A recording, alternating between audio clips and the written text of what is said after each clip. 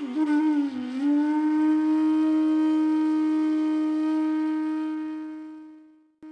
હમણાં થોડા દિવસ અહીંયા ચરણ સ્પર્શ આપતો હતો.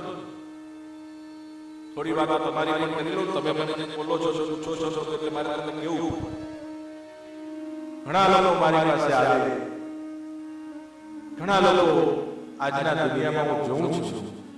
આઈ નો તકલીફો એટલી બધી છે, ઘર સંસારમાં એટલા બધા દુઃખો છે, ઘર સંસારમાં એટલા બધા વિઘ્નો છે કે પેલો બિચારો ભક્તિ કરવા માંગતો હોય ને તો દુઃખો અને ચિંતાઓ અને વિઘ્નો એટલા બધા સામે ઉભા હોય એટ ધ મોમેન્ટ કે એનું માઇન્ડ કેવી રીતે ભક્તિમાં કોન્સન્ટ્રેટ કરે, એ પોતાની જાતને ઇન્સ્પાયર કેવી રીતે કરે, એવા બહુ મોટા પ્રશ્નો આજે સમાજમાં છે કે નહીં? સાચું છે ને?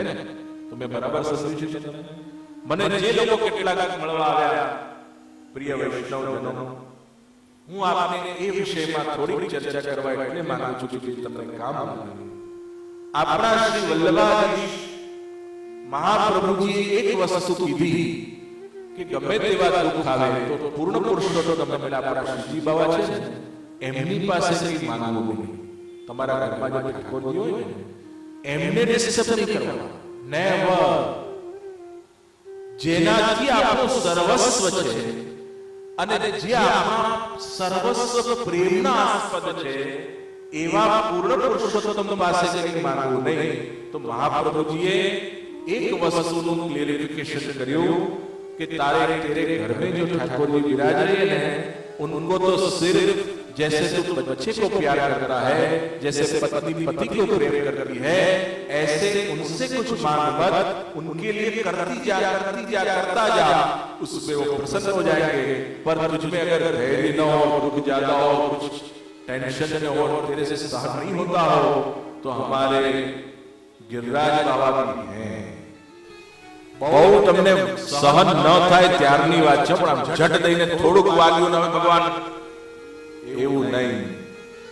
તમારાથી સહન જ ન થાય અને તમારું ચિત્ત પ્રભુમાં લાગતું ન હોય, તમને પોતાની એબિલિટીમાં એવું ફીલ થતું કે મારાથી સહન નહીં થાય, એવી હાર્ડ એન્ડ ટફ પરિસ્થિતિની અંદર ભાગવતજીના અમુક શ્લોકો છે, હરિદાસ વર્ય શ્રી ગિરિરાજ ગોવર્ધનાય નમઃ છે, એવા જપપાઠ કરો. અને સૌથી વધારે જેમ ઘણીવાર શું થાય, ઘર કી મુર્ગી દાલ બના, આ બધા જીવો બ્રહ્મ સંબંધ લઈ લીધું છે, પણ અષ્ટાક્ષર કોઈને પૂછો ને, ભાઈ કિતને લોગ શ્રી કૃષ્ણ શરણમ મમ उसका जप करते हैं? आंगली ऊंची करो. આજે તો મારે જાણવું જ છે કેટલા કરે છે. 5 માળા કેટલા જણ કરે છે? 5 માળા બહુ ઓછા છે. બરાબર. માટે હું આપને કહેવા માંગુ છું, પ્રિય વૈષ્ણવજનો, આ દિલની વાત આજે આપને કરું છું, આપના હિત માટે છે કે જ્યારે પણ તમે એવો નિયમ લઈ લો કે હું રોજ શ્રી કૃષ્ણ શરણમ મમ, શ્રી કૃષ્ણ શરણમ મમ, શ્રી કૃષ્ણ શરણમ મમ, આ તમે વાણીથી બોલો છો. હવે જ્યારે તમે બહુ દુઃખી હો ને, બહુ ટેન્શનમાં હો, તમને કોઈ બહુ ચિંતા સતાવતી હોય, કોઈ બહુ મોટું વિઘ્ન આવ્યું હોય, તે વખતે તમારે કઈ રીતે જપ કરવા, થોડું એની પણ આપણે ચર્ચા કરી લઈએ. કે તમારી આ આંગળી છે ને, જો આમ કરો, આ આંગળીનો સ્પર્શ તમારે એક ગૌમુખીને કરવો નહીં. ઘણા લોકો એવો પણ પ્રશ્ન કરે છે, કે કરમાલા કરીએ તો ચાલો હાથથી, વાંધો નહીં, પણ તુલસીની માલા લઈને જપ કરો, કારણ કે એ તુલસીની શક્તિ છે. એ શક્તિનો સ્પર્શ તમારા હાથમાં થશે ને, એની કંઈક વાઇબ્રેશન, કારણ કે રોજ તમે અષ્ટાક્ષર જપ કરશો તો રોજ તમારા ભગવન નામની શક્તિ એ માળામાં જશે અને એ માળાની શક્તિ રોજ તમને સ્પર્શ કરશે. તમે એમ માનજો કે તમે 10,000 જપ પૂરા કર્યા, 10 વર્ષ જપ કર્યાની માળા હશે, તો એ માળા એક દિવસ ભગવાનનું રૂપ બની જશે. એ માળા તમને ખૂબ પ્રિય લાગશે. મારો એક અનુભવ તમને કહું. હમણાં થોડાક દિવસ અમારા પિતૃચરણ પૂજ્ય શ્રી બદ્રેશ્વરજી મહારાજશ્રીના હરિદ્વારમાં કથા હતી. આ દિલની વાત એટલે શેર કરું છું. આ એક સત્સંગ છે પ્રિયજન. હું હરિદ્વાર ગયો હતો. આપના વચનામૃત કેટલા સુંદર પિતૃચરણના ભાગવતજી ઉપર થાય. રાતનો સમય અમારો સરૈયા અહીંયા બેઠા છે. કથાની પૂર્ણાવતી પછી ઋષિકેશની અંદર એટલો સુંદર ત્યાં ગંગાજીનો તટ મને બહુ જ ગમ્યો અને બહુ ગમે છે. હું સાંજના રોજ અંધારું થઈ જાય ત્યારે ગંગાજીના પાસે બેઠો. આસન પર લેવું જોઈએ. આસન વગર જપ ન થાય. એવો મને જપ કરતા કરતા ભાવ આવ્યો કે મારી જે તુલસીની માળા હતી ને એ મેં આખી ગંગાજીમાં મારો હાથ બોળી દીધો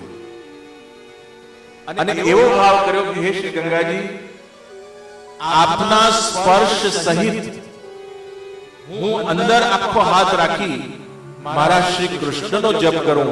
મને ખબર છે કે કૃષ્ણનો જપ કરીશ તો આપને બહુ ગમશે અને આપને ગમશે તો એ આપ મારા ઉપર પણ કૃપા કરશો. આ પુષ્ટિ ભાવથી મેં જપ કર્યો. મને બહુ જ મજા આવી. તમે લોકો પણ જ્યારે આવા તીર્થમાં જાઓ, કોઈ બ્રજમાં જાઓ, આલતુ ફાલતુ પકોડા અને ભેલપુરીમાં નહીં પડી જતા પ્રિયજનો. તમે એવું ફીલ કરીને જજો કે હું ક્યાં જઈ રહ્યો છું. બોમ્બેની કોઈ રેસ્ટોરન્ટમાં નથી જઈ રહ્યો. હું સિંગાપોર ફરવા નથી જઈ રહ્યો. હું જઈ રહ્યો છું વિચારીને સમજીને. અહંકારના પ્રદર્શન માટે કદી બ્રજમાં નહીં જવું. ઘણા લોકો આજે ચૂંટણી મનોતો કરાવે, 56 ભોગો કરાવે.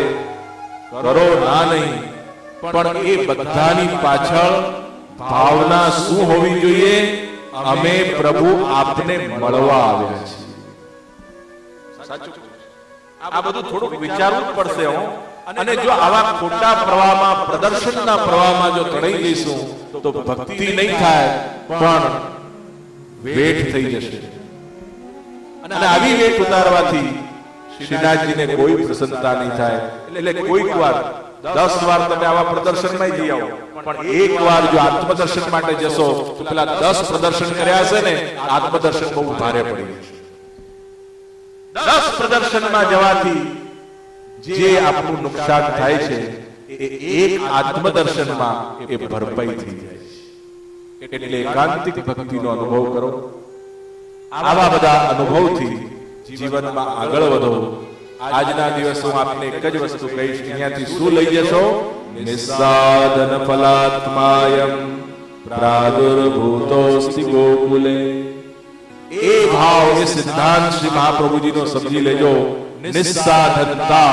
ભલે મારી પાસે પૈસો છે, ભલે મારી પાસે સત્તા છે, ભલે મારી પાસે રૂપ છે, ભલે મારી પાસે ડિગ્રી કે જ્ઞાન છે, ભલે મારી પાસે બધું જ છે, પરંતુ હે પરમાત્મા, તારી ભક્તિ તો હું તારા કૃપાથી જ કરી શકું. આ સાધન અને સંપત્તિ વડે હું તને પ્રસન્ન કરી શકતો નથી, પણ તને હું દીનતા દ્વારા જ પ્રસન્ન કરી લઈશ. દીનતા એટલે તમારો કોમલ ભાવ. બસ એ ભાવ તમારા બધામાં જાગૃત થાય એવા મારા અંતરની શુભેચ્છા અને શુભાશીર્વાદ પાઠવું છું. બોલો શ્રી વલ્લભા. આજના દિવસે હું મારી વિશેષ પ્રસન્નતા આ બધા જીવો માટે વ્યક્ત કરું છું. તમને બધાને લૌકિક તો ઘણું પ્રભુએ આપેલું જ છે. એ તમારા કર્મનું ફલ છે. સુખ અને દુઃખ, માન સન્માન, આ બધું તો તમારા કર્મનું ફલ છે. પરંતુ તમારા માટે જે કર્મનું ફલ ન હોય એવી ભક્તિનું દાન તમને પ્રભુ કરે એવા આશીર્વાદ આપું છું. તમને પ્રસિદ્ધિ મળે, યશ મળે, ધન મળે, એ તો બધું મળ્યા જ કરશે. પણ જે નથી મળતું ને જે પ્રભુ કૃપાથી જ મળે છે એ ભક્તિ તમને ચોક્કસ મળે એ અંતરની શુભ ભાવના શ્રી વલ્લભના ચરણોમાં વ્યક્ત કરું છું કે જેટલા પણ મનોરથીઓ જેમને પોતાની દૈવી દ્રવ્ય એ વાત પણ ચોક્કસ છે, આવા શુભ કામની અંદર તમારું દ્રવ્ય તમે જે વાપર્યું છે એ નિશ્ચિત અમારા શ્રીનાથજી બાવાએ કૃપા કરીને તમને પ્રેરણા આપી છે કે ભાઈ ये દ્રવ્ય તું મેરે लिए कर दे। હું આનંદ એ માનું છું કે કને તમે બધા એમના એ વરસાદમાં આવ્યા, ઘણા તો આવતા જ નથી, પણ તમે એવી કૃપાનું અને ભાગ્યશાળી છો કે તમે એ વરસાદમાં ભીંજાયા। એ ભીંજાયા તમે તો ભીના થયા, પણ તમે હજારો લોકોને ભીના કર્યા, એનાથી વધારે બીજું શું હોય છે?